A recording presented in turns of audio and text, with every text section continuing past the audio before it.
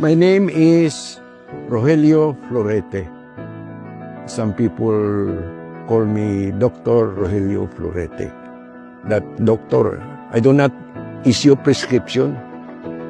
That doctor, there is a honorary degree given to me by my alma mater, the University of San Agustin. We have 32 radio stations nationwide, fully digitalized. We have AM, we have FM, under Bombo Radio. The AM, the format is news, public affairs, commentary. The FM is music and still news. As they say, we will pass only in this world once. Well, there is only one thing in a person's life, ang imong ngalan, your name. You will be known for how you deal, how you honor your commitment, the conduct by which you do.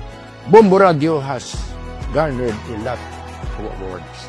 There is only one thing that I can say to PCCI.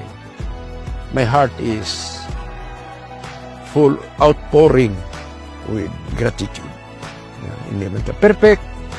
Puti kung ano man na nakita sa PCCI nga I will be a recipient of this award. I am eternally grateful. Gintigaan nila ko sa award in relation to media. I am now 86 years old. I would like to thank my peers, the businessmen in Iloilo City. So you have to be competitive, you have to be creative, you have to be knowledgeable. Ano pagpadalagan mo sila? Tidrisel Wilo, I would say without any fear of contradiction, ang tanan nga nag-awakal na di bumbo, ex-bumbo. So you have to be creative, you have to be knowledgeable na para na at least makasurvive pa man.